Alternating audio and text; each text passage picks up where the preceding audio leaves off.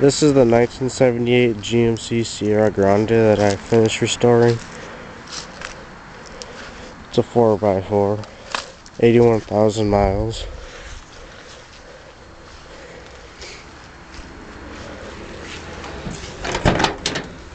Repainted the whole inside. I gotta do the dash yet.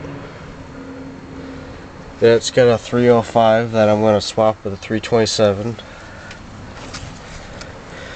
Still needs a little work.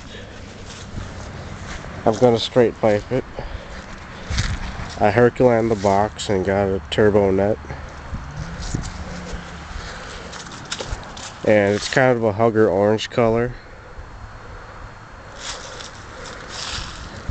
And I'm gonna put a lift kit on it with some bigger tires.